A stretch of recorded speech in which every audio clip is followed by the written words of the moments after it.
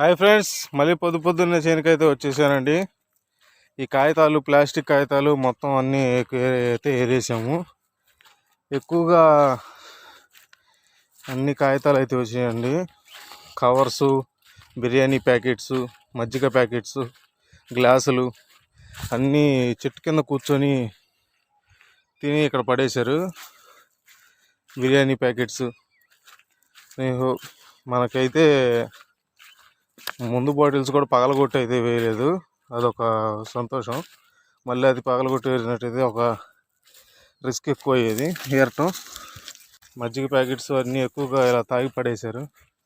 చెట్టు ఉండటం వల్ల అది జరిగింది. చేసేదేం లేదు,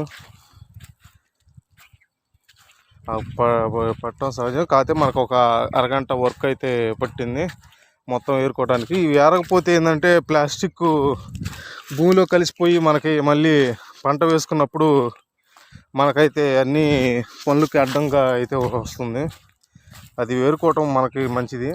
నా వీడియో ఇప్పటివరకు చూసిన వాళ్ళు లైక్ చేసి సబ్స్క్రైబ్ అయితే చేయండి.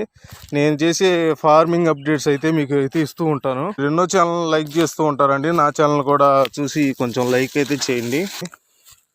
సరే మరి, ఉంటా, బాయ్. లాస్ట్లో వచ్చేసి ఫైనల్గా ఎన్ని కాగితాలన్నీ వచ్చేసి భూమిలో కలుస్తాయి అని చెప్పి మొత్తం అయితే తగలబెట్టామండి. చేలో అయితే తగలబెట్టలేదండి, బయటికి తీసుకొచ్చి అయితే మొత్తం అయితే ప్లాస్టిక్ అంతా తగలబెట్టేసాము.